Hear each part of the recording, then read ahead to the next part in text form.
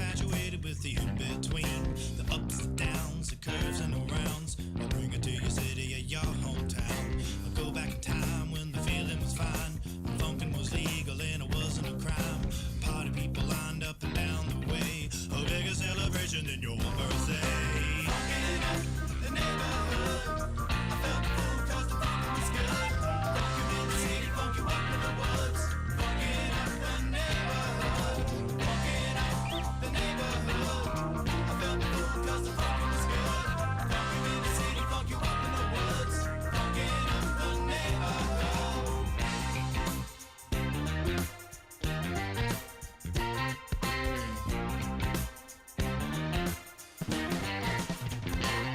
And I have seen the world pristine, funk you up in the bushes, funk you down in the trees. Now look around, all the frowns, the yellow, the white, the red and the brown. Now keep in mind, it never costs a dime, 'cause funkin' is free, I remember the time. Now look today, the streets are gray, time to take it back to yesterday. Funkin' in the neighborhood, I felt the fool 'cause the funkin' was good. Funk you in the city, funk you up in the woods. Funkin' up the neighborhood, funkin' up the neighborhood. I felt the fool 'cause the funkin' was good. It was good in the city, funk you up in the woods. Funkin' up the neighborhood.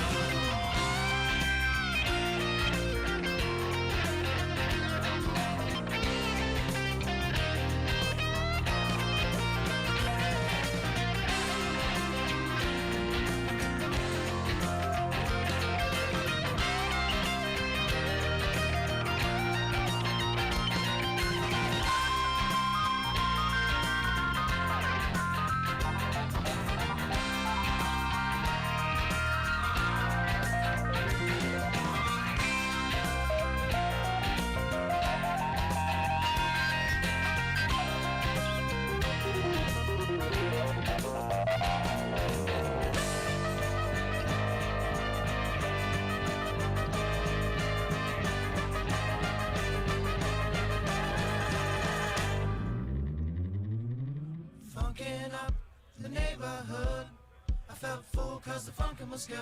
Funk you in the city, funk you up in the woods.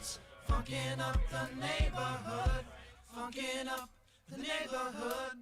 I felt full 'cause the funkin' was good. Funk you in the city, funk you up in the woods. Funkin' up the neighborhood, funkin' up the neighborhood.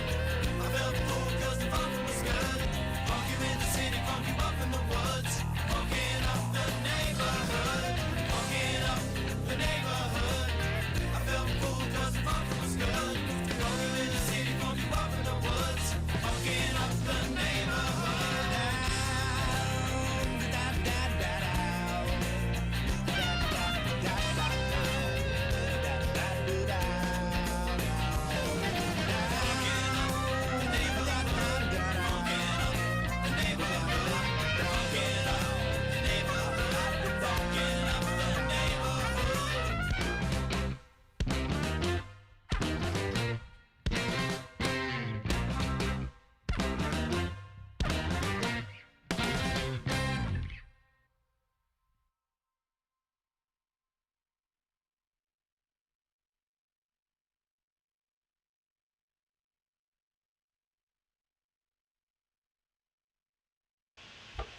And we're live! And we're back.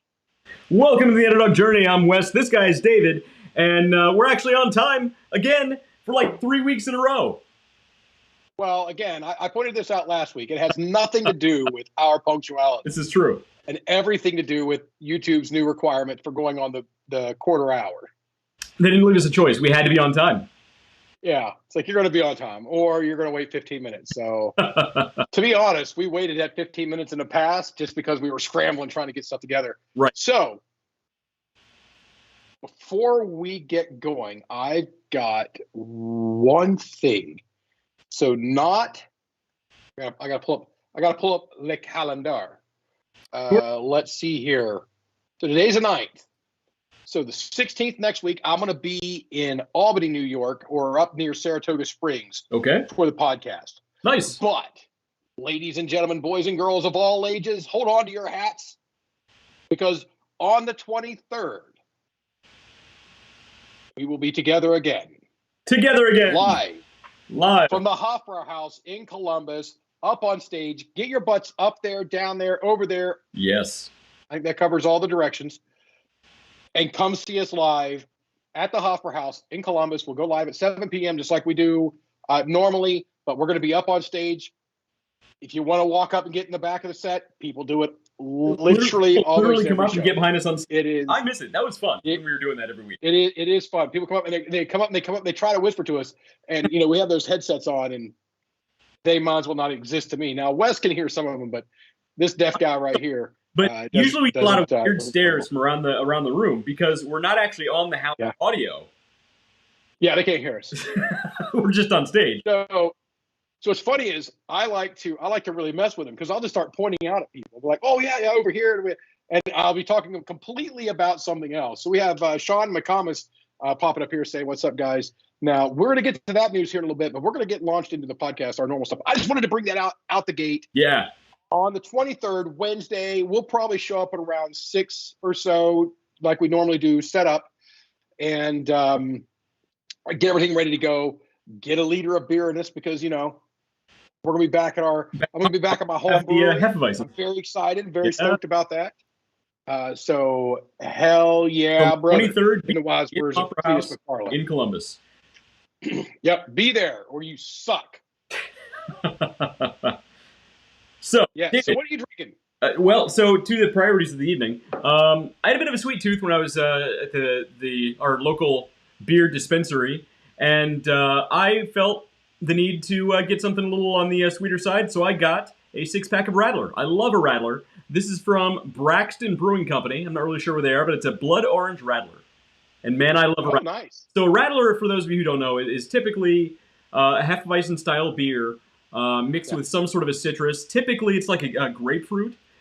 This happens to be blood orange, and it is really good. It's a little too sweet. It's almost like... It's like candy. It's like drinking Kool-Aid that's too sweet. But it'll get you where you got to go. It's pretty tasty. I like it. I did not have a sweet tooth. I've literally left this house today. For those of you who know me, for those of you guys who follow me on the Book of Faces and whatnot, I've been in this house for a pretty extended period of time. Not because of being sick or anything, but traveling and everything that I did before. So I've been here since Tuesday of last week, which may not seem like much for you fellers, but a person like David, it's like torture for you. That's a long time. And the female counterpart of the house was gone down in the House of Mouse in Orlando for several of those days. And I literally sit here like, how do people do this? It drives me nuts. So even today, I didn't go out much. I went out and took my son's Mustang for a quick test drive. Mm-hmm. He's saying the brakes were acting up. So I did the dad thing and drove around and, really ran the hell out of his car with him over there panicking. Don't run into the snow. So I did not go get beer tonight. Oh, because I wanted to go back to the bourbon. I only lost 3 pounds last week, of the fatness of Dave. So the fatness of Dave coming to a theater near you. No. So I'm going back to my bourbons. So I think I'm gonna kick off because I think Eagle Rare is a really good bourbon. That is a tasty one. Start out. It's absolutely delicious. And then I've got the Buffalo Trace. Well, of course, you can't go wrong there. The Buffalo Uno and Dos were gone, so we got Buffalo Trace. I'll go for a Buffalo Pro, thank you. Buffalo for the French. And I've got the Blantons here on standby. Still haven't opened this one up. Nice. But I got it on standby. I honestly don't think I'll get to it tonight even. I don't think I'll get to it tonight because I've got my favorite one still just sitting right here. There you go. Which is the Redemption. Wheated bourbon. I say cool hit. There you go. No, I cannot say that without saying I say cool hit. Of course. Cool hit. If you don't get that, watch more. You're on the wrong channel. You'll get it. So watch more Family. There's something else I'm drinking tonight too. So I was shopping the other day with my kids, and this caught my eye, and it confused me. It's Liquid Death water. It's water called Liquid Death, And I pick it up. Well, I mean, I suppose all water could be liquid death I mean, if if you inhale like, it. yeah, if you pour this into a bowl and you drown yourself in it, I guess. Uh, so Sean, But don't do that on the camera, Wes. so Sean McComas, I didn't open it yet. I'm gonna open it here. And my son actually, he was worried. He was like, Dad, I don't think you should get that. He's 6. I was like, And this is that, mind you, forever for all you viewers out there. This is a kid who will, what's it called? A cuddly pigeon? Ambly Pidgeot. I'll kill you, pigeon. Ambly Pidgeot. Yeah, that's it right there. He loves Ambly Pidgeot. It's kind of like a vinegar. A demon spider. Yeah, it's a demon spider. It's the scariest damn thing you're ever going to see. All right, it's just flat out what it is. He's very sensitive. So he's like, Dad, he's very serious. Dad, I don't think you should get that. I'm like, it's a risk, but I'm curious. I gotta try it. He's like, Some of you may die, but but that's a risk I'm willing to take. And he honestly was like, I don't think that's a good idea, Dad. And I was like, look, if I'll be at home with you and Mom, so if I die, at least I'll be with you guys. He didn't think it was funny. So the can has this cool skull on it, liquid death, and I figure I do like the image here. I figure if it's going to kill me, I might as well do it while we're live on the internet. So let's see. I mean, it would boost our ratings. It totally would. You're welcome. What's the old Daffy Duck cartoon? This trick is great, but I can only do it once. Exactly.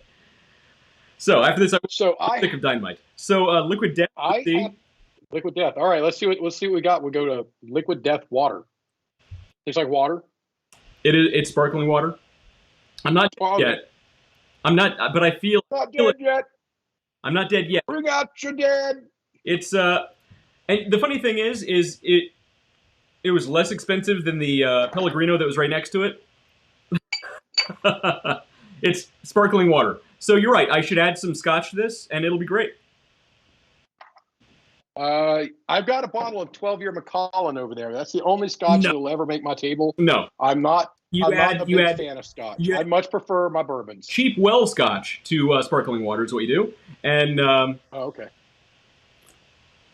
I would not add Macallan to this. It's water. So Sean McComas, it is sparkling water.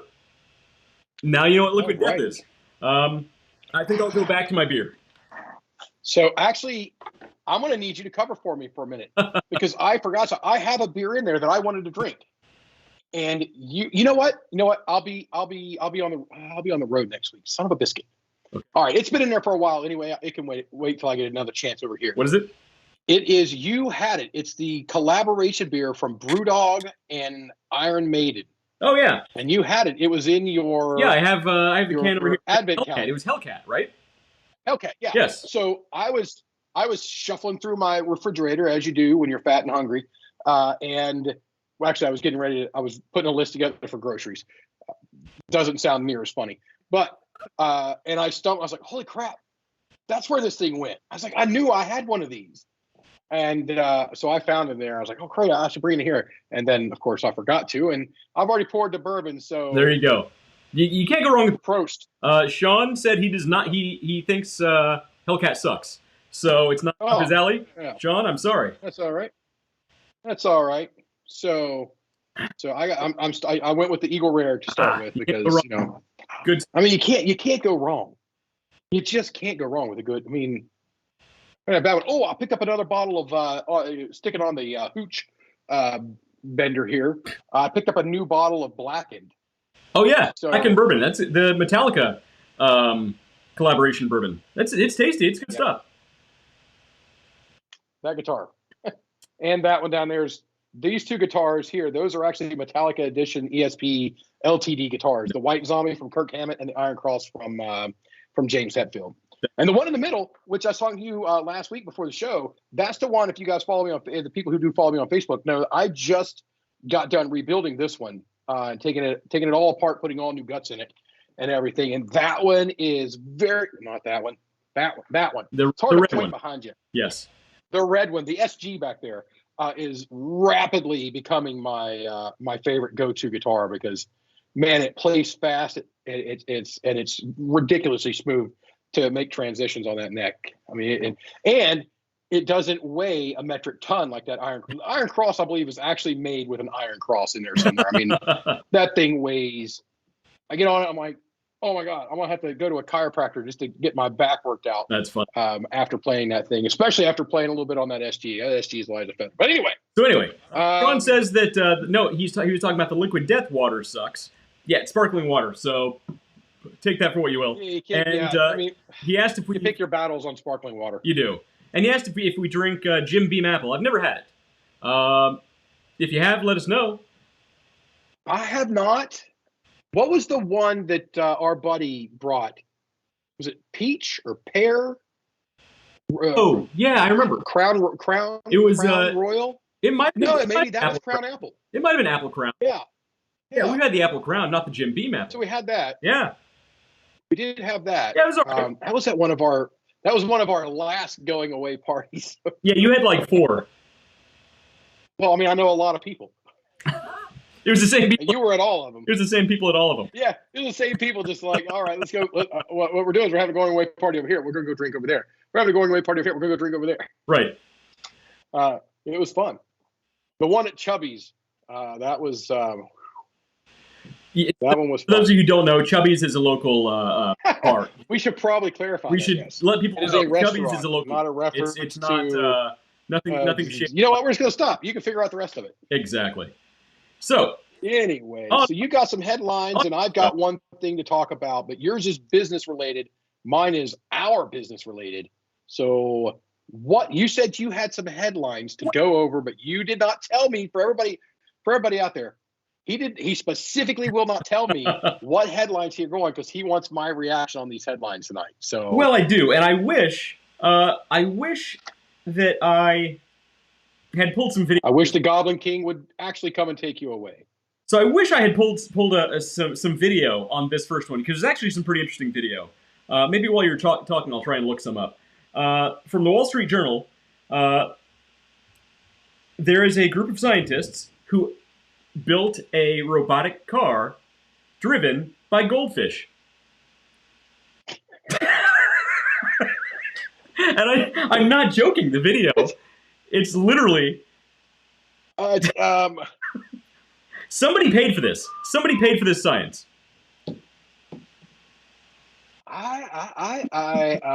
It's a real thing that just happened. But why? That's why I didn't tell you ahead of time. Why? What is? I mean, I guess the goldfish has got to get out too. I get stir crazy, and they're in that little bowl. I mean, you know, maybe they need to go. Maybe they're out of fish food. They got to go do the thing. Oh, I can't wait till I buy my next car. Excuse me, sir. Can this car be driven by goldfish? Right, exactly. Is it goldfish friendly? Is goldfish friendly? What kind of shenanigans and segregation and that is goldfishish? So Sean thinks it's great. That's funny. So the next headline, it's not as crazy as that, but it was surprising enough. You got to reach pretty good to be car driven by goldfish. Almost 80% of all internet traffic last year was from spam bots. Oh, I thought you were going to say porn. Was porn. Well, now think about that. Now, okay, so if almost 80% of all internet 80% is spam was bots. Spam bots. Imagine of that remaining 20% of actual human traffic, how much of that was porn? Beyond that, how much of that remainder is legitimate business? The internet is primarily just a place for robots to talk to each other now and look at porn. I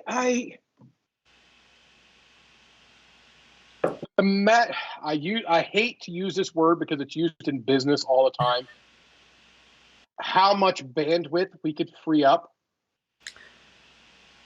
Get a drink. You said just by what was it? What is it you said? Talk about telemarketers at one point. I'm going to put these people who create the spam bots in the same category as the telemarketers. These spam bots that are out there just crawling the web and being a pain in the butt. I'm going to put them in the same category as the telemarketers. Yeah. And you should be, I think the politically correct term these days is euthanized. Oh, it's true. Look, I have nothing nice to say about telemarketers. Yeah. I have some really bad things to say about them, but a slightly less bad thing that I do say about them is that I will vote for any politician no matter how He said this people are before. crazy. I will vote for any of them that outlaw telemarketing in its entirety. I won't continue on with my thoughts on what they should actually do with the telemarketers, but the industry should be wiped out completely because you can't tell Yeah. me they can't find these people. You can't tell me with Yeah. modern technology they can't find these people. Well, yeah, because they're crushed down to this less than 20% data traffic on the internet, making via voice over internet protocol phone calls out to everybody. Uh-huh. They're not picking you up on copper lines. You know how much it is? I mean, it's getting crazy expensive. If you want to have a copper line, Yeah. an analog telephone line, it's quite pricey Yeah. to get one of those installed now. It's now I would never have it. They're useless, but Well, we don't even have a landline. each their own. We've never even had a landline in our house. Yeah, I haven't had one in 10 years or more. Yeah. Well, I haven't had one since I lived with my parents. Many. No, I didn't have one. I've never had a landline of my own. I'm actually going to go back and say maybe 16 because it's probably been 16, 17 years since I've had a landline at least. It's bonkers. Yeah. So anyway, what other headlines you got for me? Well, so that's it. There's a lot of other stuff about speculation around the Super Bowl ads that are going to happen this year. A lot of people are thinking that you're going to see some really big high-end ads from things like Coinbase and other crypto agents, we'll call them. Yeah. So you're likely to see a lot of that, and there's a lot of money being spent. Anybody who doesn't know how much Super Bowl ads cost, it's not a cheap thing. So Yeah. You're likely to see a lot more around crypto, possibly some NFT stuff. Walmart, all of the retail NFT now are moving into the NFT realm. So you might even see some NFT dealers making Super Bowl ads. I mean, there's so much money flowing around, and nobody knows what to do with it. Why not buy a Super Bowl ad? Come buy this. Exactly. Come buy this low resolution GIF of a dancing turtle with a hat, and I'll sell it to you for $1 million. I'm not. You own. Well, now look, I'm not actually selling you the GIF. I'm selling you a link to the GIF. I'm not actually selling you the link to the GIF. I'm selling you the data within the blockchain that happens to contain the link to the GIF. The link to which I still actually own this. I still own the server. I still own the GIF. But I'll give you this piece of data that contains the link. So $1 million. Cheers. Shit, I'd buy two.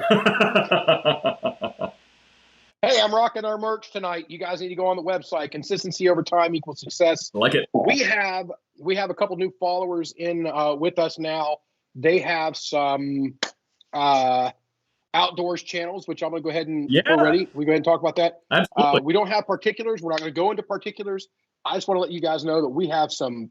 Oh, I got to change hats. There we go. Now we're good.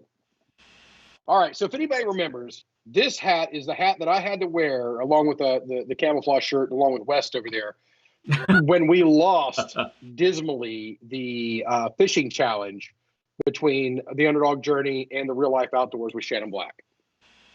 So we raised nearly $5,000 for the Easter Seals of Southern Ohio, Central and Southern Ohio last year during that event. This year, it has grown, and we have a lot more people involved in it. And we're going to be doing some high-level planning here in the next few weeks. Over that, we'll get some dates. We'll tell you guys what it's going to look like. And as it develops, we'll go into a little more detail here and there as we can. There's certain things we're going to keep kind of as a surprise towards the end, but we definitely want you guys involved. The biggest thing this year is we are actually going to set a goal. Last year we said, hold on, I got other audio in my ear now. Is that you playing something? Oh dear God. All right. So you're going to sandwich me between the goldfish stories. Okay, I get it. All right. So last year we went out with the idea of doing this for charity, hoping we were going to generate some revenue for them. And we ended up coming out mainly because of the actions by the Real Life Outdoors and Buddy's Pay Lake and everything. We ended up being able to hand over to the tune of just south of $5,000. This year, we're stepping it up. This year, we're going to put a high goal out there, and it's going to fall somewhere between $10,000 to $15,000 is what we're hoping to raise for the Easter seals of Central and Southern Ohio. More importantly, that money is earmarked to be used in Southern Ohio. Last year, it went towards a park. It may be still going towards a park, renovations or something, but it's going to take place and it's going to happen and benefit the people in the area. So it's an excellent cause. We got to meet some great people out there. Our fishing buddy out there last year, I won't say his name on here, but he basically spent his whole time just flirting with a girl. So he was dismal at fishing, but he spent his whole time flirting with a girl. So, more power to him.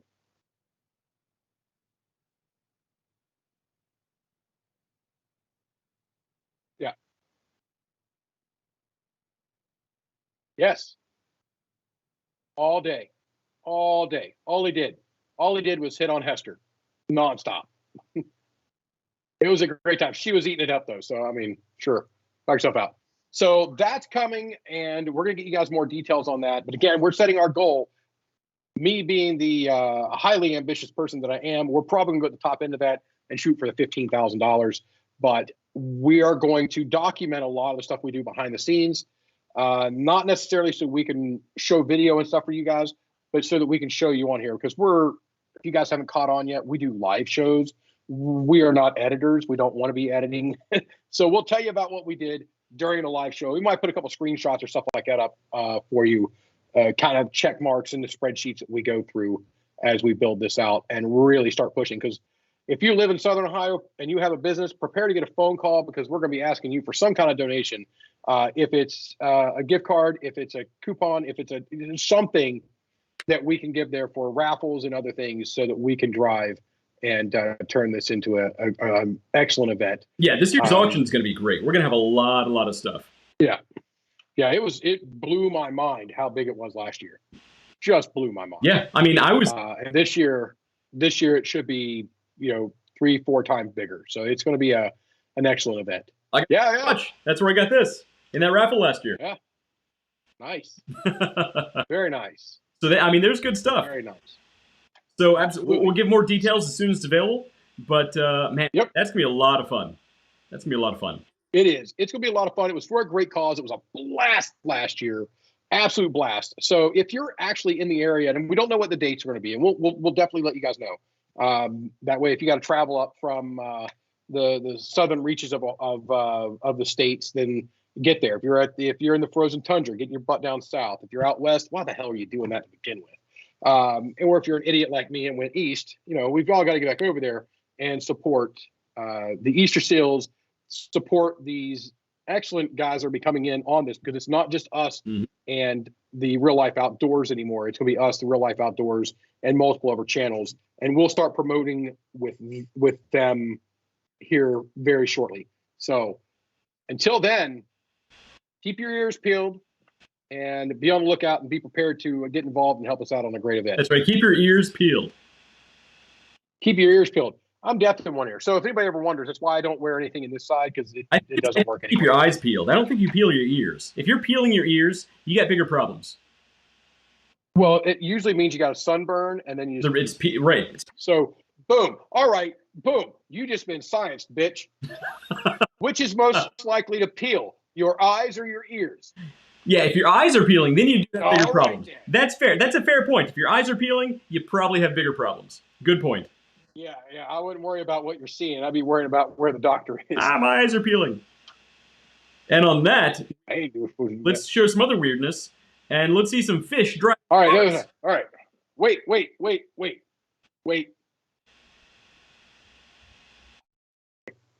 Okay. Let me get David on here real quick. Here. All right. Oh, that's just me now.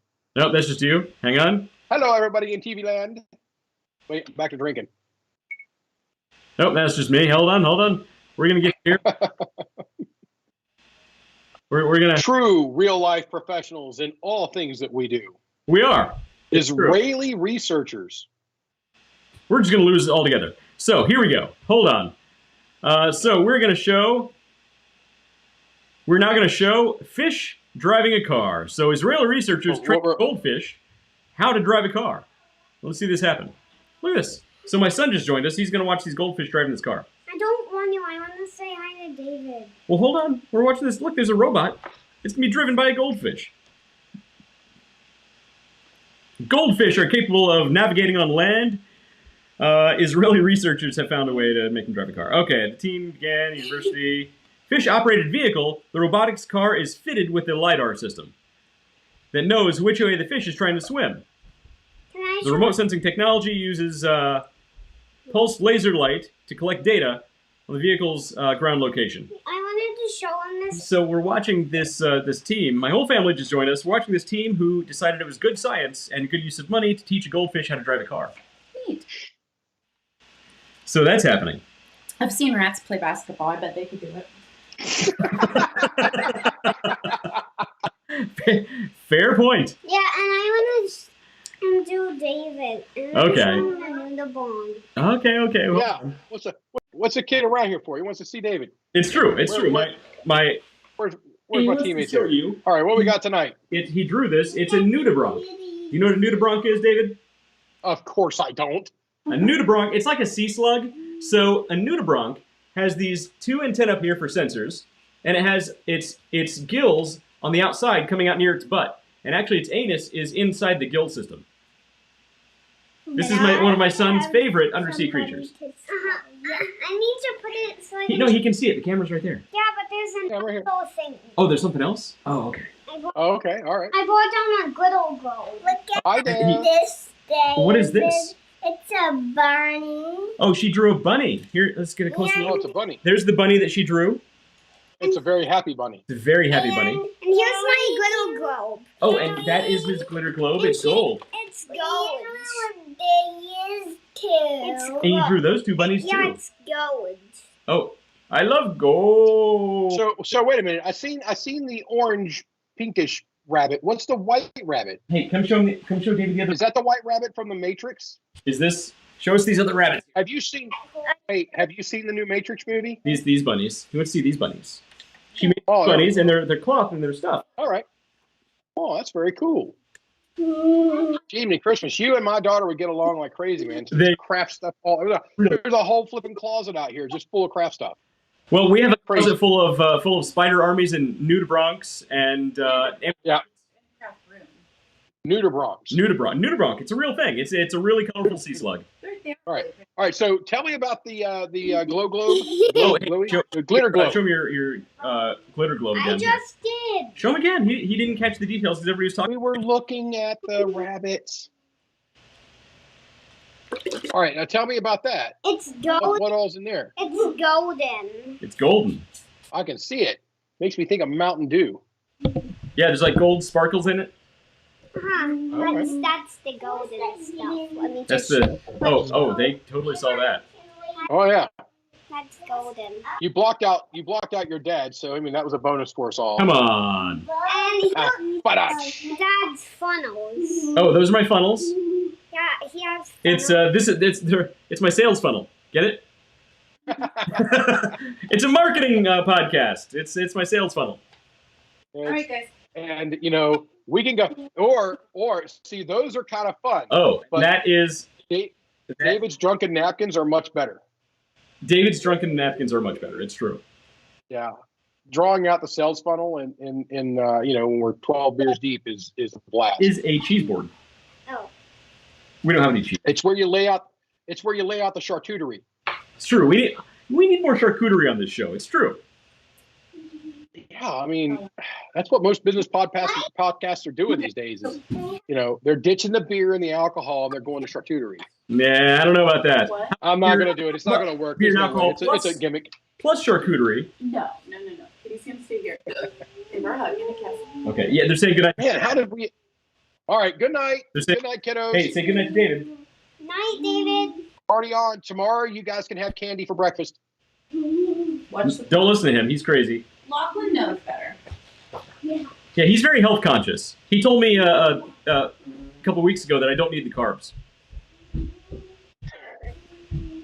He literally told me Keep that. him away from me. Oh, it's international. It's National Pizza Day, so we had to have pizza for dinner. Oh, whoa, is it really? Yeah. I didn't know that, but we did actually have pizza today, so I guess it's appropriate. Nice, I don't feel so bad now. Yep, National Pizza Day, so it's all in good shape. All in good shape. So let's see. We've caught up all the stuff. We've talked about randomness. We talked about this, that, and the other. I believe it's time for us to actually get to our topic, We might actually have. which is finishing up our topic from last week. It's true. So last week we talked about the best marketing tactics to grow and succeed in 2022. So, oh, Hank, wait, he's back. What's going on? You got more? And we're back. And Oh, this is a good one. Yeah, let's show us this. the big jellyfish. He drew a big jellyfish. Is that a grape jellyfish or a lemon jellyfish? He's very into invertebrates. I'm very into ocean animals. Yeah, tell him what you're going to be when you grow up. I'm a marine biologist, and you don't have to drive anything. And also, Dad got liquid death. I did. I got liquid death, and I drank some, and I So- didn't even die. So now go back to this marine biologist thing. You said you don't have to drive anything. We're gonna put you in the Corvette, and you're gonna want to drive. That's what we should do. Here's what we should do. One of these, when the weather warms up, you and Noah need to come down here, and the four of us need to strap some cameras onto some go-karts in one of these go-kart courses, Yeah, and I like all the things you're saying. see what right happens. Okay. now. Yeah. The only downside of that is, I'm a big guy, so my go-kart's like, I think I can. It's like, no, I'm done. I'm cool. I'm out, bro. Todd. Yeah, Todd and Derica. Has asked who's driving the boat. How's you going to get out there to be a marine biologist? You got to drive the boat. That's a great point. So I I mean, didn't you think could charter a boat. or the submarine, or the deep sea submersible. I mean, so It could be an NSF, so you'd have somebody else chartering the NSF. The National Science Foundation could be the one running. There's ways to do it. There's ways to do it. Either way, But apparently he doesn't want to drive. I don't know what the deal with that is. we'll fix that. We will fix that. If you turn my son into a Corvette kid, you're in trouble. I'm gonna get him playing football. I'm gonna get him into cars, and we're gonna go cruising town and picking up the ladies. Noah's a good kid, but your son is spoiled. I have no idea what you're talking He's about. spoiled. I went back to my hillbilly Your son hat. drives a Mustang and an Escalade to school, He takes my vet from time to time too. and a Corvette. Yeah. You're not doing that to my son, David. Or just My son doesn't even want to drive a boat. I'm actually thinking about getting a boat for this year. I live really close to this lake up here, so We don't. and when it finally turns warm and there's not 7 feet of flipping snow out there, I like to get on the water. So anyway, They say we the talked only last problem week with about- owning a boat. Apparently, everybody says this. The only problem with owning a boat is owning a boat. Well, yeah, I mean, but that's only one problem. Fair point. I mean, you're married. I'm married. There's a lot more problems than on that just right there. It's Well, true. we're married until I made that comment. That's true. If I brought home a boat, my current wife might no longer be my current wife. Yeah, we're not going to go back to Eagle Rare. Eagle Rare was good, but we're going to move on now. Good point. Okay, so we were talking about So yeah, we were. Yeah. Go ahead, back into it. the best marketing tactics of 2022. So we started A off. quick recap. We started off with analyze your performance. What you needed to do was look at your goals that you set for yourself last year, look at your analytics, and we went through the different KPIs, key performance indicators. You got to drink. Wait. You used a business buzzword. Did KPI. Everybody out there watching and listening, have a drink. You have to. It's a rule. Just looking at your KPIs from last year, looking at your goals from last year, seeing how you performed, seeing how your audience grew or declined, and Mhm. planning. Not even at this point, not even adjusting. Planning to adjust accordingly. After that, Yeah. Well, before we go past that, Yeah. just as a real quick topic on that, you will be, if you're not into it right now, and even if you are into podcasting or in another business that you have a website or these things, the amount of data that you get to extrapolate out of that Yes. is phenomenal. The granular level that Facebook, just for us, and we don't pay a single dime for it. Mm-hmm. The amount of analytics that Facebook provides us, Mm-hmm. we can tell you there was a point in our business, in our podcast, where our key demographic was women over the age of 60. Yeah, we can tell that. Which We said were something crushing about... it in that market. Now, it had a lot to do with both of our moms and That's true. other people, but we were that actually made quite a bump on it.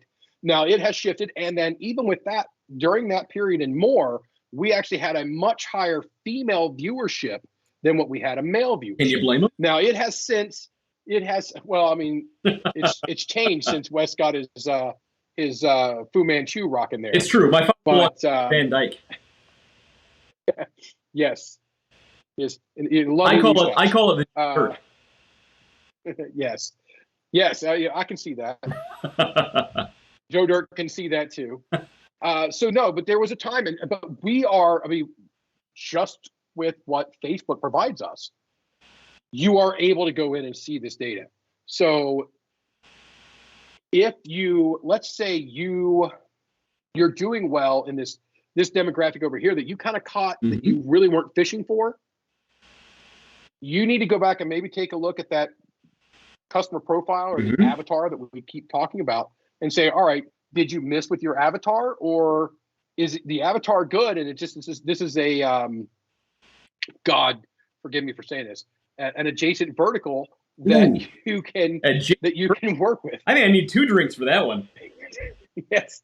So, and there are a lot of things that you will find that when you go after your core, that there are, here you go again, the adjacent verticals or the vertical markets that are literally that press right up against it, that you don't necessarily have to change what you're doing. You're going to pick them up by osmosis almost into it. All right, how many drinks am I up to? I got a lot of. You need to finish that Eagle Rare bottle. Is what you got to do. So I'm not doing that. What a lot of people also don't realize before we move on, and this is why we never get past a whole subject. There's so much to talk about in each one of these. Each one of these could be a show. Yes.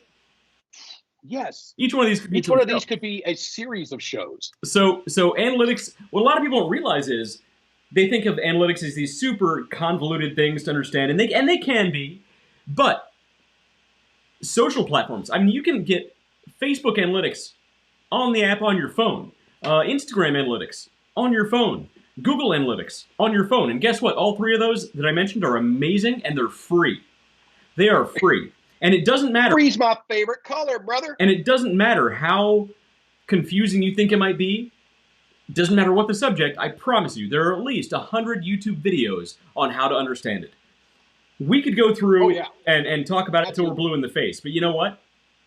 Just go to www.google.com, and I promise you will find every answer you're looking for.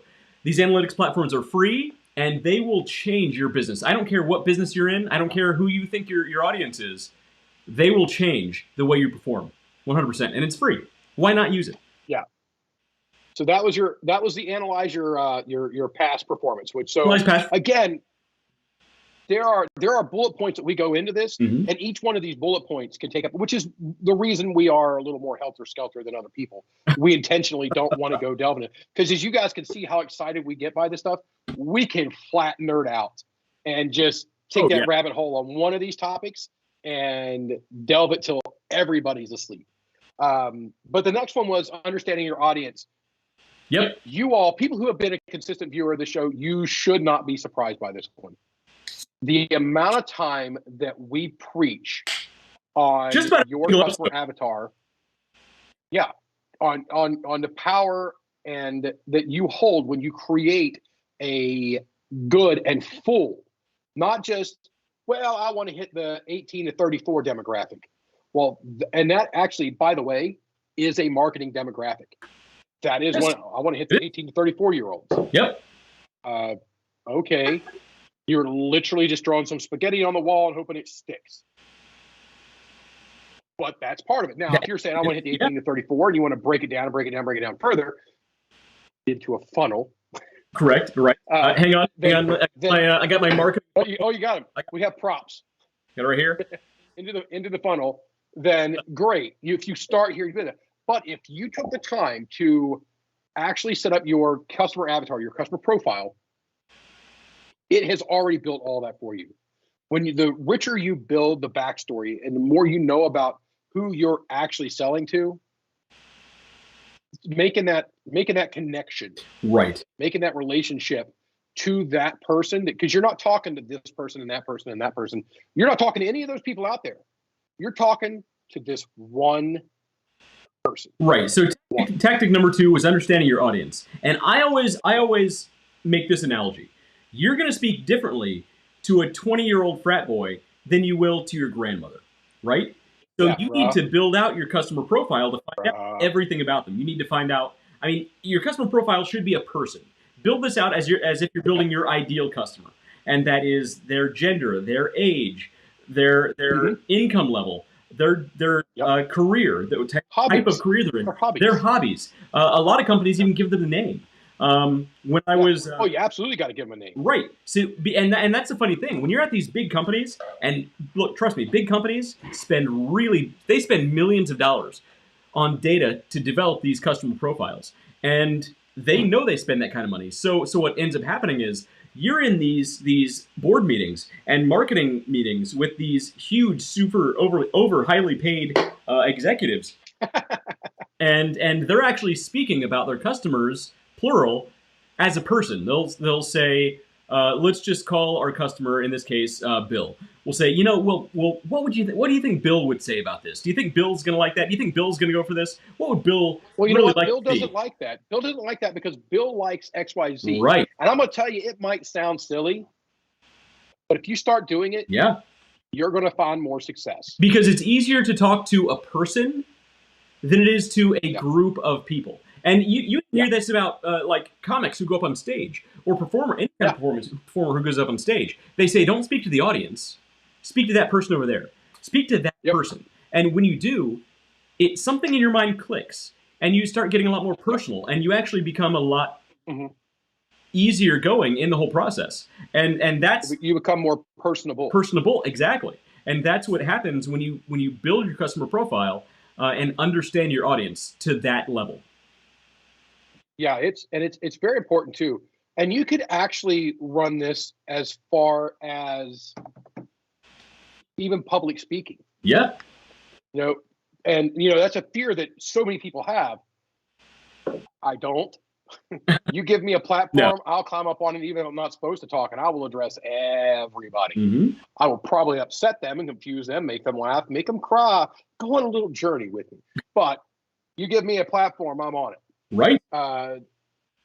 Most people aren't built like that. Most people think of they think of public speaking and they're like, oh, I ain't doing that.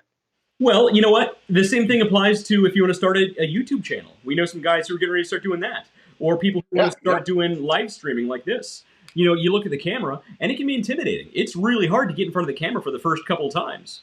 But when you stop thinking about the audience, you start saying, you know what? I'm going to speak to that person right there. That lens right there. Yes. It becomes a lot easier. So even behind these cameras here, when we're apart, we're so far apart, West. I miss you. Yes.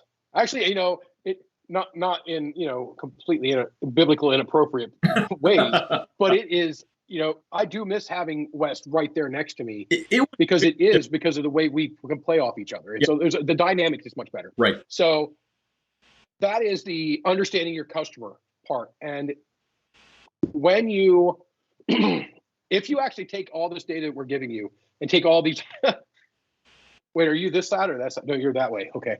I got to see which side you're on. Continue. I'm listening. Okay. That was weird. We're giving you can apply these tactics and methods to other parts of your life and find that some of the things that you're doing by using something as simple as an avatar, that you've improved on this task or this tactic, that you've gotten better at, even going to your boss and asking for a raise. If you've Mm-hmm. gotten this avatar, you've said this is who my boss is, and then you've set it down here and you're talking to this person, and you're going through and doing that. You're going to the bank to possibly pitch for financing a business. All these things, you need to know who you're trying to sell to, because when you're selling to the bank, you're selling to the bank. You're not selling to your customers. Right. Not the same tactics. So, Well, actually, to take it to that level, everything we're talking about within this entire line of topics could be applied just to your personal life. The first one, analyze past performance. Look, New Year comes along. What were your goals? What were your personal goals for last year? What were your personal goals for last year? How much of that did you achieve? How I successful wanted to wear more were you? camo. Yeah, we should all plan on wearing way more camo. This is true. Understanding your audience. So understand who your friends and family are. Understand who you can trust in your personal life, who you can't, who you want to bring into your personal life, who you shouldn't. I mean, you could technically apply all these to your personal life as well as your business. Yep. And I'll do you one better. You should.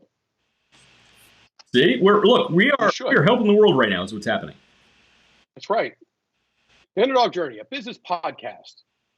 The Underdog Journey, a self-help podcast. A self-help. The Underdog Journey, two drunk guys talking stuff podcast. We're not drunk yet. It's going to take a while. We're not drunk yet. Yeah, we're not drunk. Yeah, the operative word I've there been is nervous yet. in this. I think. This is only the second bourbon. Right. The operative Although word. that yet. was a much bigger. That was a much bigger bourbon than I. That was. I'm on to the Buffalo Trace now. By the way. There you go. Nice.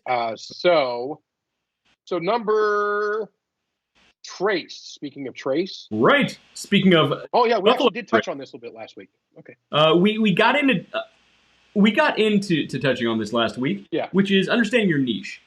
It's not niche. Niches are for business. Niches are for business. It is niche, not niche. So Niches get stitches. exactly. Understand your niche. So Yes.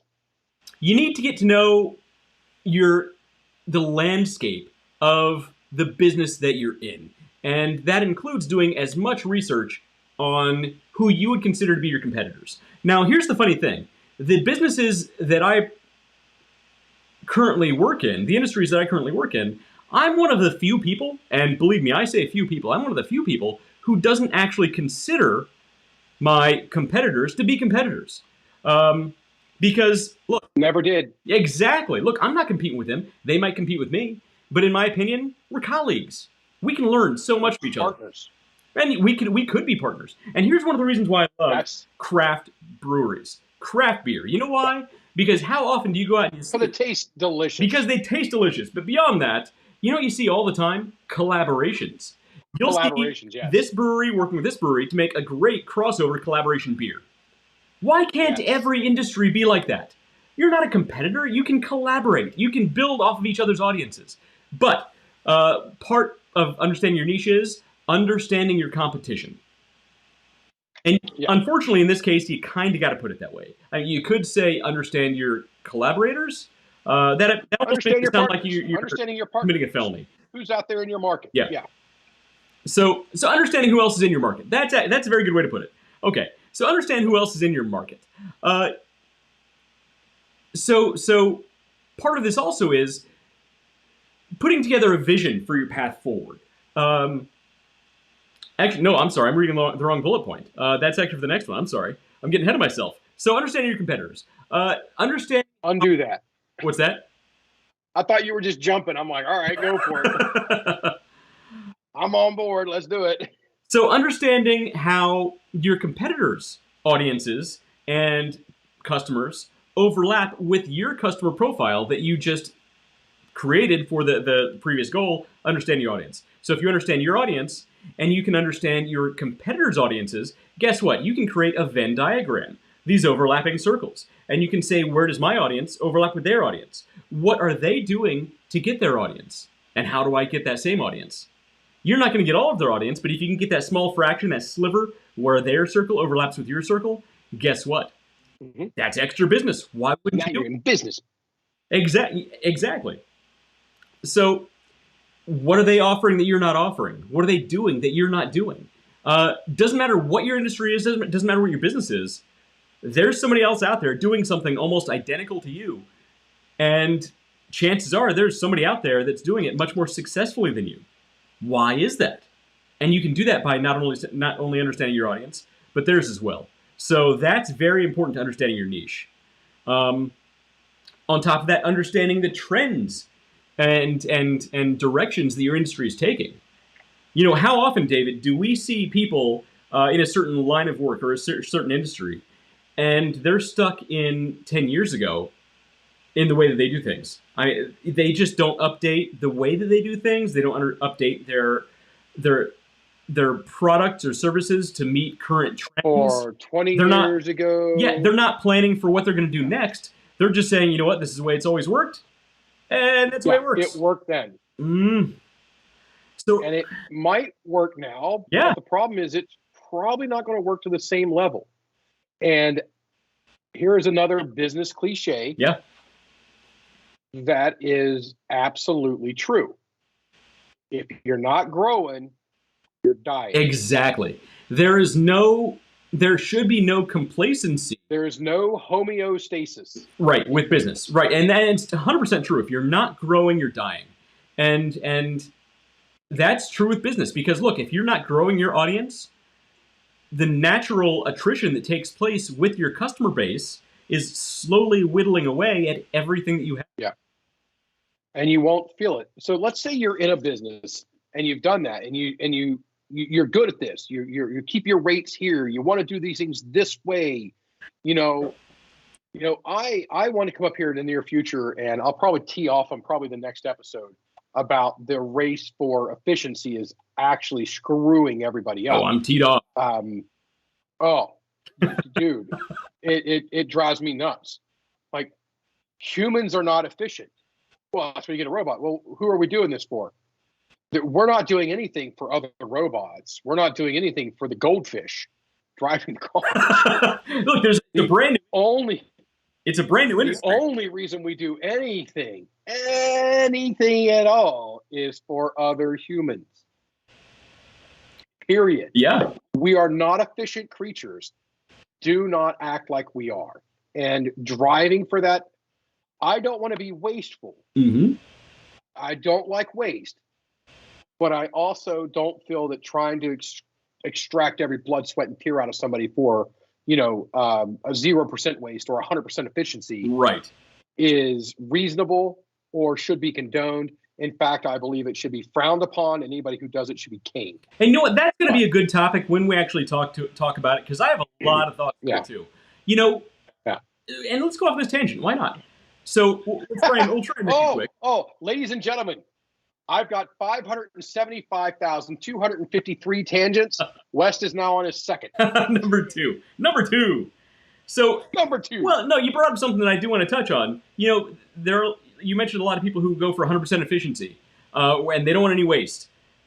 And typically, people who think that would view really good, in-depth, person-to-person customer service as a waste, because it's not always necessary. Why can't they have a robocaller or an automated telephone machine that can speak to the person where a real person isn't needed to solve this person's problem? In the meantime, the customer is completely annoyed, and they hate this brand, and they hate this company because they've had to sit on the phone for 20 minutes with a robot who doesn't understand what they're trying to say.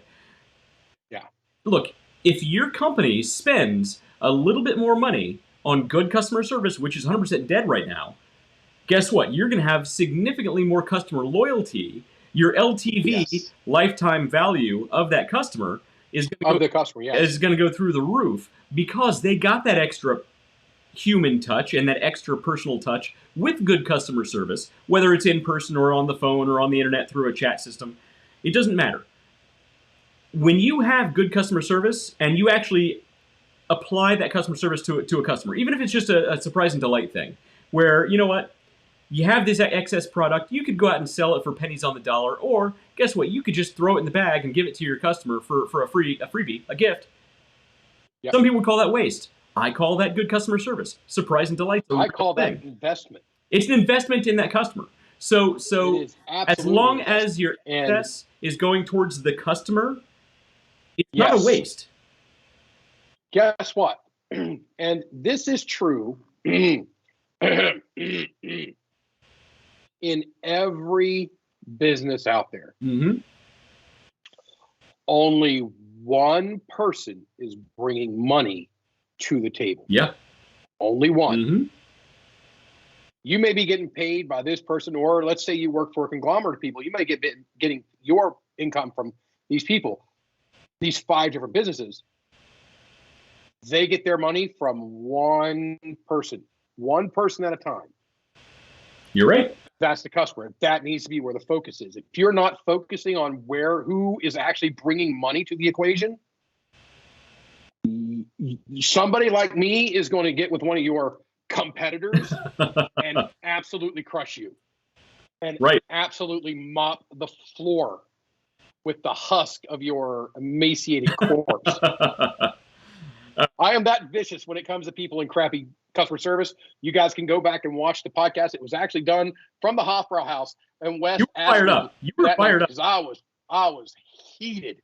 I was heated that night because of crappy customer service, and I teed off on it. And it is no less true today than it was then, and it was 100% true then. Absolutely. So All right, That was a good we're take. already That done. was a All good right, take. customer service. No, we're not. You're not kicking me off now. I'm going 5,525,579 or whatever I said, plus one now in the customer service realm. Because I was talking to somebody with a number of levels up higher than I am in the company that I'm at. And I said, customer service makes up for a ton of stuff. You have a bad product, you have a bad run of products. Good customer service can cover that. If you here's the basic, the boiling it down. If you have crappy customer service, no, we're gonna go the other way. We're gonna do good customer service because that's what we all want, right? Everybody, wants to get good customer service, but some of these people, I like to call them MBAs, forget that they also have to give customer service because somebody else is expecting that as well. But if you give great customer service, if given the opportunity to talk about the product that may have failed or the product that came late or damaged or something along those lines, but they had great customer service, they're going to talk about their experience with the customer service. That's if given the opportunity. And you know what? They'll also usually give you the benefit of the doubt, too, to give you a second chance. Yes. But wait, there's more. If you have crummy customer service and your product is excellent and it maybe was just delayed in shipping, which has nothing to do with your product or your company, it's literally 90% of stuff is fulfilled by a third party at minimum, right? Or fourth or fifth or sixth party in some cases. But a third party fulfillment center of some sort is involved, which you have no control over. So let's say it's just a shipping issue and they've called you and they've got crappy customer service. So here's a problem that has nothing to do with your actual product. So, and you give bad customer service, they are not going to look or wait for the opportunity. They are not going to talk poorly about you if given the opportunity. They are going to create the opportunity to speak poorly about you. Absolutely. They sure will. You know what? With bad customer service, you usually don't get a second chance. That's all there is to it. I have changed banks. I nearly canceled 2 cruises over it. Luckily, the last person in the customer service department did an excellent job and got it handled. So they saved it. But I've come close on that. I have Home Depot. I don't shop at all from Home Depot anymore. Customer service was terrible. In store, online, on the phone, the whole board was a terrible experience. Killed the Home Depot card, went and got the Lowe's card, spend all my money with Lowe's now. Fair point. Yeah. I make changes and mainly based. West, you know me, I'll spend more money on something. Right.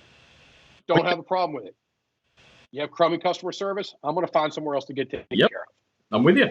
I totally agree. All right. Now we're done with that niche. I've bitched enough about it. We're moving on. All right, let's move on. So that was understanding your niche and a pretty good rant. The next tactic. Understanding your niche, subtitle, customer service rules. And they kind of play together. It makes sense. But the next tactic is set updated goals. So the very first thing we had was analyze past performance. And that really focused around last year's goals. Well, guess what? Yeah. You understand last year's goals because you now also understand your audience and you more fully understand your niche. It's time to set updated goals. So update your goals for this year and for the end point that you want these goals to be achieved. Yep. So what are you pointing at me for? What's happening? When you're setting, this is very important. This is very important. That's why I'm gonna stop you here. This is not a tangent. When you are setting your goals and you're building your roadmap, as it were, you need to make sure you have mileposts in this so that you can check your status to where you should be to where you are throughout the year. Right. In my professional business, I just started working on monthly updates with a certain set of my customers. Mm-hmm. The reason for that is I have miles, I have their roadmap built out, Mm-hmm. and I have my mileage and my goalposts set for them. Yeah. Based upon where we are in the year. And this gives us literally a monthly touch base Mm-hmm. to make sure we're meeting these goals and the ability to change it. Because the last thing you should ever do is end up at the end of the race or the end of the path or the end of the line, or in this case, the end of the fiscal year, and go, crap, I didn't know I was not meeting these goals. Right. Oh, totally. And honestly, this whole set of tactics, analyze performance, understand your audience, understand your niche, setting goals, strategize and execute. All of these should be set up throughout the year too. These should not just be annual things. Now, annually they're very important, but I would say at the very least they should be quarterly things. You should do all of these things quarterly. Analyze, develop, grow, execute appropriately. So you're right, absolutely right. These should not just be annual things. So we're gonna run this. We're gonna run this on the HR side of the world right now too. If you are human resources or a supervisor, a manager, or something along those lines, and you have people reporting to you, and you are responsible for their reviews, mm-hmm. The people, and this is something that a lot of people mistake. It's not the people that report to you. Trust me, it's not the people that answer to you. Yeah. It is the people that you answer for. Oh, totally. When you have to answer for these people and you're doing these reviews and stuff, there should never be in the review process, in that sit down meeting that everybody thinks of as a review, there should never be a surprise in that meeting. Yeah. Ever. Because as you're checking in, and reviews and things of that nature, typically every 6 months, you do them any more than that, you're kind of wasting time.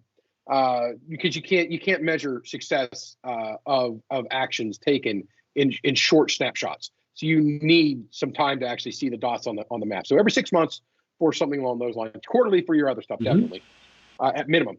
But for like a review, every 6 months you're doing this, there should be nothing new coming out of that meeting. Absolutely nothing. It should be a check, a touch base, what corrective actions are working, what corrective actions are not working. Oh, you're doing great, and we continue on building.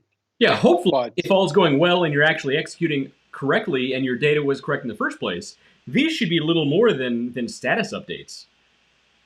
But these also give you the opportunity. I was fishing for the words, West. I was fishing for the words, and you got them nailed perfect. Thank you. Thank you. There you go. West the wordsmith. Well, David, the master fisherman, who's one goat, and Barry Shannon Black, the next fishing competition. Oh wait, are we talking smack? I'm not. I don't have it pulled up. There was something else up on my screen. It was dancing ladies. What? Oh, is he ever on YouTube? No, I'm just saying in general that you're going to bury him at the next fishing competition. Oh, you were fishing, right. And you reeled in the winner there. So okay. See, I'm on board. I was together. looking for some comments. I thought we were starting the smack talk on this tournament already. I'm like, gee, Christmas, I'm not prepared for this. There's always smack talk going on. But so setting updated goals. So this is your chance to if not, you should already have a path laid forward. But this gives you a chance to correct that path and realign that path with what you learned from last year's performance, audience, goals, whatnot. Where do you need to grow? What new platforms do you need to incorporate? How do you better engage with your audience that you didn't do last year? It gives you a chance to just readjust, realign, and make sure you're still using. Here's a chance to drink, David. Pour that drink. Gives you a chance to realign with that original North Star and decide if that's still the appropriate end goal. North Star, have a drink. I'm empty, and I'm debating on whether I'm going to go with the Redemption wheated bourbon or the Blanton's. I'm going to go with the wheated bourbon. I really do like this stuff. Yeah. So tasty. It is the only bottle that I actually have multiple of open and rocking right now. Mm-hmm. Because I leave one here and I take one down to my cigar lounge. For those of you guys who follow me on Facebook, you know, I love my little cigar lounge. I actually don't like smoking cigars as much, but I do like going down there with all the people. And I meet some wonderful people down there. Yeah. We've got a podcast being out there. I've met some people who build or who make their own wine, brew their own wine. We actually went over this last week. What the hell is it you call when you make wine? Ferment wine. Ferment wine. Yes. Not brew wine. You don't brew wine. Ferment. What are you? Oh, I'm a master fermenter. What would be the head person at a winery? I don't know winery, but you ferment wine. You don't brew wine. I'm the head fermenter. I'm sure there's some fancy. What do you do for a living? I ferment. Somebody, that sounds like a person who eats a lot of Taco Bell. Somebody watching or listening, look it up. Leave it in the comments. But you don't brew. I'm positive you don't brew wine. Well, I'm with you on that. Don't brew wine. So, but there's got to be a word. There's got to be a word there that we're missing, and we're going to hear it. And we're like, oh God, we're idiots. It's probably something super simple. But yeah, now that you've set your updated goals, now it gives you a chance to strategize in accordance with those new goals. So this is actually what's going to help you to meet those goals. So you need, as far as strategizing, you need to set new KPIs, your key performance indicators. Have a drink. You need to set your updated benchmarks. And your benchmarks is what you're talking about, David. Periodically throughout the year, did you meet this benchmark, that one? Because if you're meeting all of your benchmarks, guess what? Chances are you're still on the same correct path that you set for yourself in the first place. Yeah. It gives you a chance, strategizing. You should break down the platforms that you're on versus the ones that you should be. Because new platforms come and go. I mean, you know, there's probably still somebody out there who has a MySpace account. Look, jump on the correct platforms. Jump on the correct platforms based on where your audience is, who they are. You need to brainstorm with your teams your new campaigns because you should and you can. Well, you need to verify you have the bandwidth for that too. There you go, exactly. Rehash old campaigns. But guess what? You need to keep it fresh. You need new campaigns. So it gives you a chance here's your chance to brainstorm. And of course, budgeting. So budgeting is a big part of strategizing because if you don't have the budget, guess what? You can't execute on it anyway. So what's the point in planning for it? Yeah. All right, I'm gonna go back in here. Before you got to budgeting, the brainstorming and plotting out the campaigns and things, and look at where you've had success. It is equally as important to do an autopsy on failed stuff as well. Well, that would have been in step 2. That would have come in step 2, or I'm sorry, step 1, which is analyzing past performance. So that was the very first you should have recognized. I get that, but there's a place in the world of sales, the part of sales stuff, where you actually conduct autopsies and autopsies. Gee, Christmas, I'm such a hillbilly. An autopsy on lost sales, on things that you missed. You actually dissect them to find out what part of it worked, what part of it didn't work. And yes, it does kind of fall in the category 1 back there as the analyze your past performance. But I want to reiterate it here because it can also go in here when you're setting your updated goals. What do we got here? Matt Harmon here. Whiskey. You need whiskey. Yeah. Would you want a bourbon or a scotch? Bourbon. You want a bourbon? All right. Are you still in the podcast? Yes. Okay, then I can get it later. So, I have bourbon right over there. Okay. So, right over there, you're going to find some... look at me, I'm making... some tin cup bourbon. Handbirds. And right there... Pay no attention to us talking randomly with people who are walking into West's house. Yeah, exactly. And right there under the humidor are some glasses. Okay, so feel free to grab a glass. They're all clean. Thank you. So my bourbon and scotch is right next to my humidor. So it's... I have a very manly... You don't live in a gentleman's club at all. A manly experience. Don't mind the pole dancers over there. Turn the camera Turn the camera. It's right. It's that kind of top area there. You're gonna see the black bottle of Ohio. Oh yeah. And then you're gonna have the tin cup right next to I see it. it. Both of those are really good bourbons. Ohio is actually a local distillery. You might like that. I'm gonna try the Ohio. There you go. What is Ohio? I mean, bring that bottle over here. I want to see All it. right. So, I mean, let's push on through.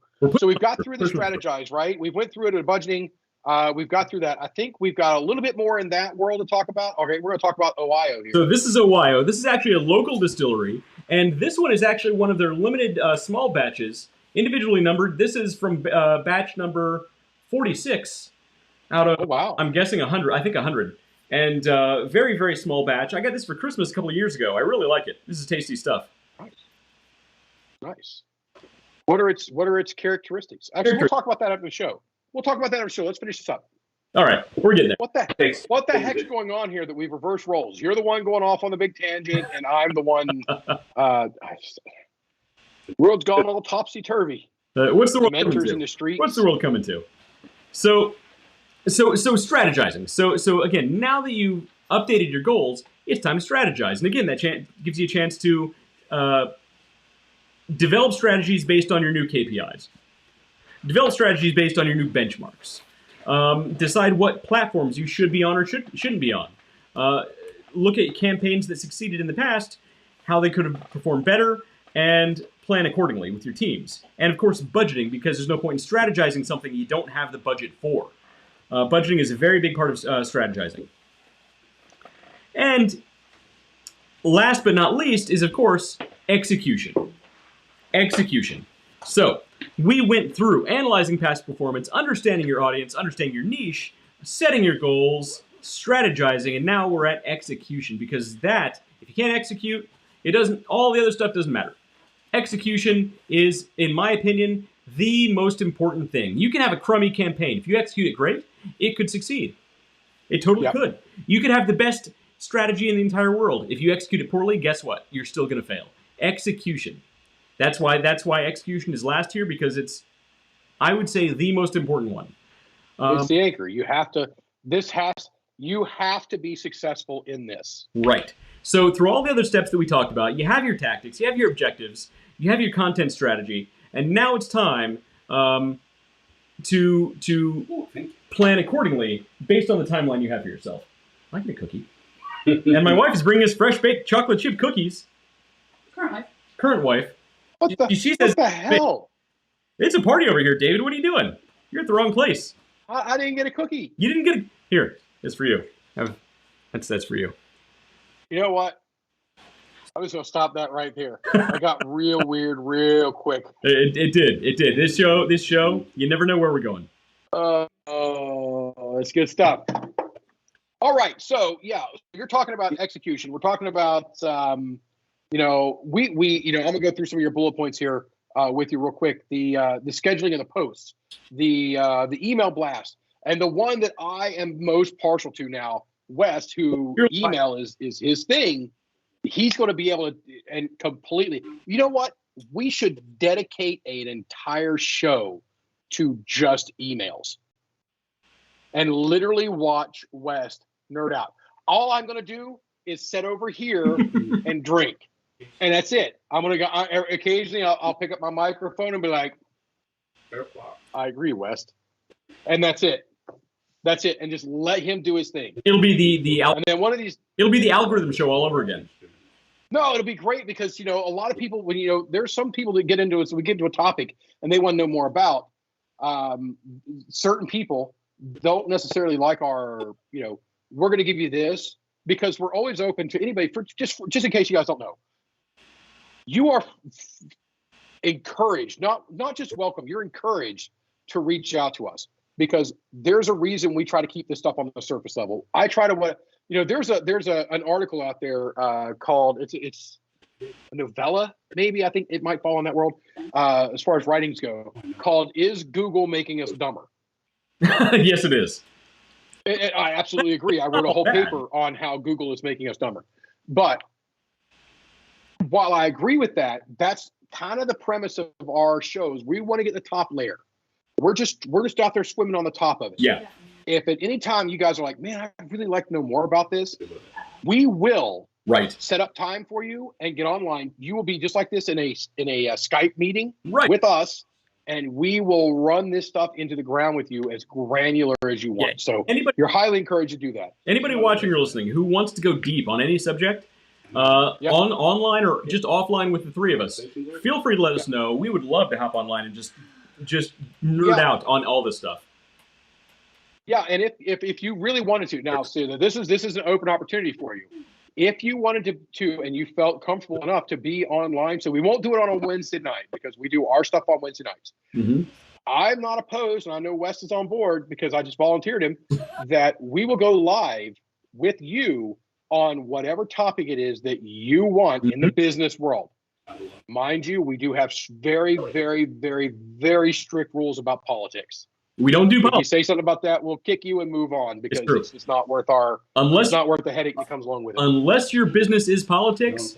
Keep your business out of politics. We always say it, Right. and it's always All right. true. So so that's West and his emailing world, and that's where he is. I'm far more comfortable in the host the live stream, which is our next topic in this, is hosting a live stream.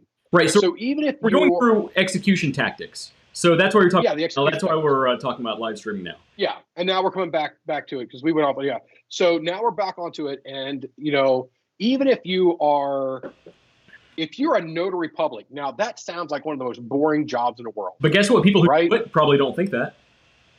People, they probably don't. But you know what? Right. One person did a live stream on being a notary public, and they Yeah. talked about all the details. I'll bet they'd have a killer Yeah. audience. I'd watch it. I'd be kind of. I mean, I might not watch it, weekly, but if it was like a 6-week thing, like a 6-week miniseries, Aliens, I'd be all over that watching it because I'm kind of interested. Well, in it. and that's the Kinda thing cool. about understanding your niche too. Doesn't matter what industry you're in, especially the more niche down the industry is. You're going to have people who want to tune in for this stuff. So my current wife, she's in e-learning, so she's an e-learning developer, and she uses very specific software for very specific industry. And if she were to do something like hosting a live stream, now I'm sure there are other people doing it, but there'd be a ton of people who tune in to do that. We have our other live studio audience here, Matt Harmon, who is basically he's an art student now. He's officially an art student. He could host a live stream about what it's like being an elderly going back to art. Yeah, what he could be like a geriatric college student. Not elderly. It's elder abuse. So that's the conversation. Here, that's more like it. There are laws. Wait, what? There was the bus, Jenny's Pleasure Bus. What was that site called? Oh yeah, it was her website, not Jenny's Pleasure Bus. You're talking about her Instagram. Just Bussing Around. Just Bussing around. Look, if she did I'm trying to pull it up here. she did a weekly live stream where she talked about how to the whole thing that goes around the leisure bus genre, I'll bet she'd have a pretty good audience over time. It's pretty cool. It's pretty cool because that niche is It's a tight niche. is very tight. It's small. It's very, very tight. So I just pulled it up real quick. 443 likes on that channel. All right. And there's not a lot of content there. Rolling? There's plenty of room for growth and things of that nature. So we've talked, and Wes has talked about it because he's far more intuitive to the niche. And we've said it multiple times, the niching down in your business. Yeah. But when you get in your box and you get we'll use these numbers right here, 443 people liking your channel, okay? Your content. You are going to have somebody goes, well, if you did some barbecue with that as well, you'd probably pick up some. Don't do that. Stay in your box. Well, and the more narrow your niche is too, the more loyal those people are going to be. So there is the 1,000 true fans. Well, I was just going to say the book Raving fans. You have the book Raving Fans. I always talk about the book 1,000 True Fans, which is the same principle. I would rather have 1,000. They're the same book written by different people, like 20 years apart. I would rather have 1,000 people who love me and will each spend $1 on my product than 10 million people who are just la-di-da, don't give a crap what I say. Yeah. But they're all subscribed. None of them spend $1, but they're all subscribed. Yeah. I want those 1,000 people. Speaking of spending dollars, you guys can go to our Teespring account, which we should drop a hash brown or whatever it is down here to get people over to the website. I think I'll probably order it this week, but I think I'm going to go on and order one of the new There's Real Life Outdoors. Okay, yeah, right there. Right there's the hash brown. https://teespring.com/storage/underdog plus. and buy one of our sweet T-shirts or Yeah. other merch that we happen to have on there. I'm not I'm rocking one. there soon. I'm rocking one right now. Switch back over because they can only see you. We're getting there. We're getting there. Hold on. I didn't set Come on. hash browns for all There it is. the overlay. There it is. Yes. He calls There it is. hashtag. Consistency over time equals success. We've been talking about it a long time, and that's good. So, where are we? What are we doing? I lost. I went to Amazon because I was going to look up those books. Hang on. We haven't heard about the wine. So Todd, is it in Derica or is that you said in Derica? Todd and Derica. So it's Todd and Derica. In Derica. Oh, Todd and Derica. It's two names. Todd and Derica. So it's probably Derica typing. It's probably Derica typing. I get it. Okay. He says, Todd's too cool for Facebook. He says, Dr. Google says the process of making wine is vinification. Vinification, good one. Vinification. A winemaker is called a vintner. Vintner. A vintner. All right, so I met some vintners up here at the Cigar Lounge. There we go. And I find it hilarious that they called it Dr. Google. Dr. Google. There are several layers of comedy in those first two little words that we're not going to get into Whole here thing. because they could be considered political. So we're not going to get into that because everybody I stubbed my toe, you got pinky toe cancer. Look, we're getting dangerously close to politics because literally everything that we talk about could be related back to politics. Well, yeah, you can, and on the show when we finally, because we talked about it last year, the year before last, we actually talked about bringing some more local type politicians in and talking about the business behind politics because damn it, we're going off on this tangent again. Because what you're going to find is shocking is the business behind politics is the business behind everything else. There's really not a lot of difference. In fact, if they're running it right, there's no difference. Yeah. So I'm with you. They've created their avatar. They know their market they're going after, and they're making their product or their service for that market. And the ones who get in trouble is when they start having, I can have this avatar, and if I do this avatar, I can pick up this market. If I pick up this, and it the same way you water down your message as a business owner or structure, they water down their message for that as well. So anyway, thank you, Dr. Google, for letting us know that I met some vintners down the way. So now that we can do that, I knew they weren't brewers. I knew they weren't. Brew wine. I almost used a very bad word there. But back to the main topic. So those were including what we did last week. These are the Dude, top basics. Your wife just straight up jacked your booze. She did because it's delicious. You can, It is really good. I just want this much. She literally is all like a ninja behind you. You didn't even know it was happening. Well, I'll just sit here and just drink right from the bourbon bottle. The show is really devolving when I just start just. And it's good bourbon. She got me this for Christmas a couple of years ago. Oh, that was nice. Yeah. And you still can't comb the mustache. So anyway, we're down to where did it go? There it is. So that was it. So we covered the that's not it. What? No. Yes, There's still some stuff there. Is been across the board. Yeah. The last thing on here is communication. The last thing on the bullet list is communications, and that's a big factor when you're dealing with multiple people. So executing, you're dealing with multiple people on your team. Executing is communication because I'm gonna say this again, and a lot of people don't understand this because a lot of people confuse advertising with marketing. Marketing is not selling stuff. Marketing is not selling stuff. Marketing is communication. Marketing is a conversation, and I will beat that into the ground for as long as I live. Marketing is a conversation. So, Okay, so we got the marketing guide right here, right? Guess what? Marketing, here's your funnel, because this is my sales funnel. Marketing is this.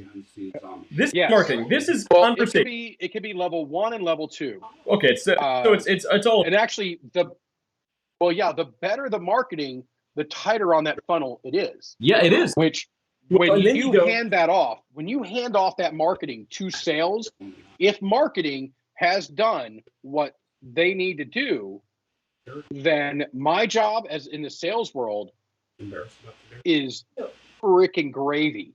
Right. And then marketing, good marketing can take you from this working a trickle Oh, shit. to Yeah. this working a waterfall. Yeah. Think about that. Now that, Yeah. All right. Take that one. Take the big funnel, put it on the top, and take the little funnel and put it on the bottom. No, the other way. There you go. That's it right there. And then then underneath that one, there's a sales funnel. So if all this stuff works right, by the time you get down, to the bottom of the spout of even the top of the sales funnel, everybody that's on that funnel is looking for your product. well, and is looking Yeah. for your service.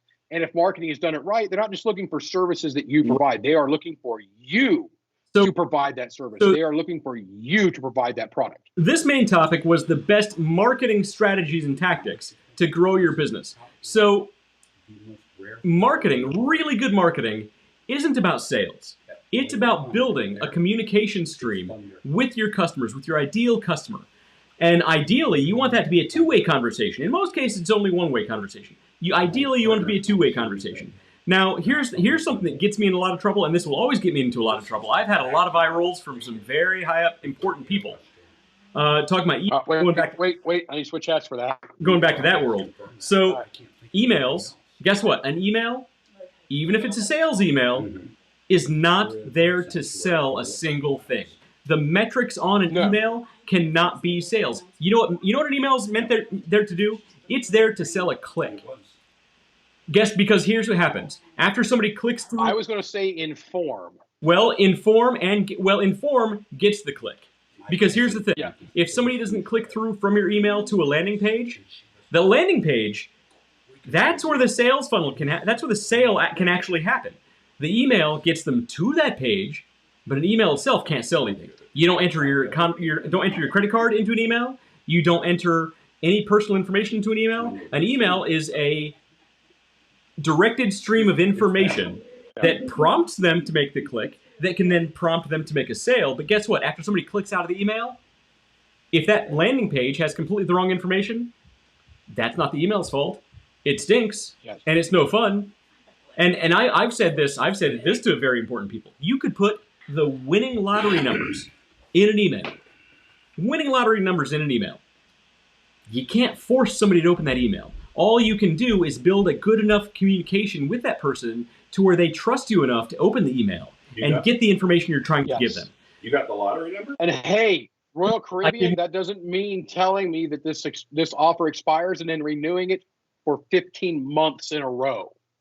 But and guess what? I have no trust in what they're telling me. Yeah, and I've not developed any sense of urgency to make it happen. There's no urgency, and next month they're going to have the same offer. They've trained you, and also we can actually go into, and something that people don't like to hear publicly.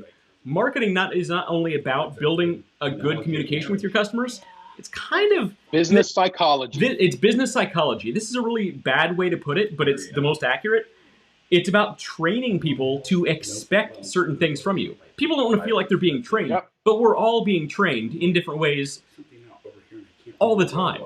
We're being trained to expect this certain thing to come out of Disney at a certain time. We're trained to understand that Taco Bell tastes delicious, but I'm going to regret it the next day in the bathroom.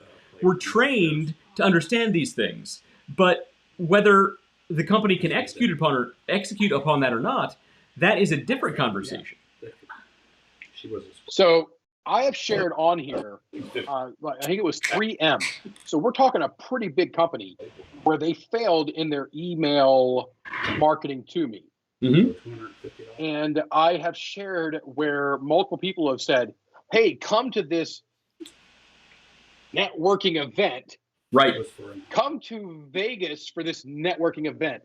Come to Southern California for this networking event, or Florida or DC or Boston or all these places. And I take one look at those and they're gone. Yeah. However, I got an email the other day from a place called Fulton and Rourke. These people make solid cologne for men. Like a roll-on, or like a bar? No, it's like a tin case. It's really actually quite cool. Pull it up there. Fulton, Fulton, and Roark, Roark. All right, and just pull it up. So their products, it's like a little tin metal box. It's got that the idea of with this new podcast that's starting up called The Gentlemanly Way, kind of that upper level. Now I don't wear a lot of cologne. I just naturally smell like fruit because I eat a lot of food. I naturally smell like tacos. I don't know why. I smell like Taco Tuesday every day of the week.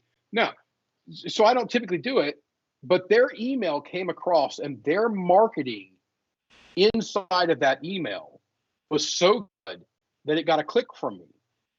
Now, I can't. Yep. So here we go. So this is the site right here. So we don't care about that.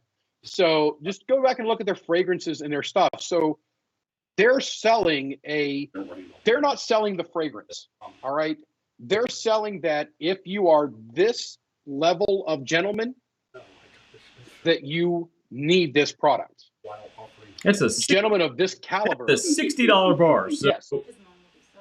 We can do we can do a whole show on exclusivity and price points, and that's a good idea. Yes. So, all right, we're actually going to go into that a little bit right now because we were talking with some people, some of our charity fishing people that we're dealing with, and so remind me of that. We'll go back to that. But $60 for this stuff, I'm not going to bat an eye. I don't know what any of it smells like, but they've got a $20 sampler box that I'm going to buy, and I'm going to check it out. And then I'm going to buy that. What happens is when you buy the sampler box, you get a $20 certificate to use. So basically, if you buy the sampler, you find one that you like, and you order it, you get your sampler for free because they're going to knock $20 off of your order. Yeah. It's like, oh, I love it. I love everything about their marketing in this. And to reward them with such excellent marketing, I'm going to reward them with a sale. I'm going to buy this. Now, it's not something that I'm going to use a lot, but I think it's great. Go ahead. Here's what we're doing next week, David. Here's what we're going to do. We're each going to pick out our favorite piece of marketing. And it's not just Ooh, I like email, and it won't be just an email. It won't be just a commercial. It'll be the whole marketing funnel without talking to a person. The whole off. Ooh, okay. So there could be no sales aspect of it. It's all marketing. It could be an email combined with a landing page, combined with incentives that are provided. We're each going to pick out our favorite one. We're going to present the whole thing from top to bottom, and we're going to see who. I like it. All right. Do we want to do it this week, or do we want to do that on the cast out in Columbus? Oh, okay. You wait. We'll do that on the 23rd when you're in town. How's that? All right, we'll do that on the 23rd. That way we're sitting right next to each other. And what I'll do is I will package everything up on mine, and I will send it to you in a file that you can't open it until the show. I'll give it to you at the night of the show so that we can review them.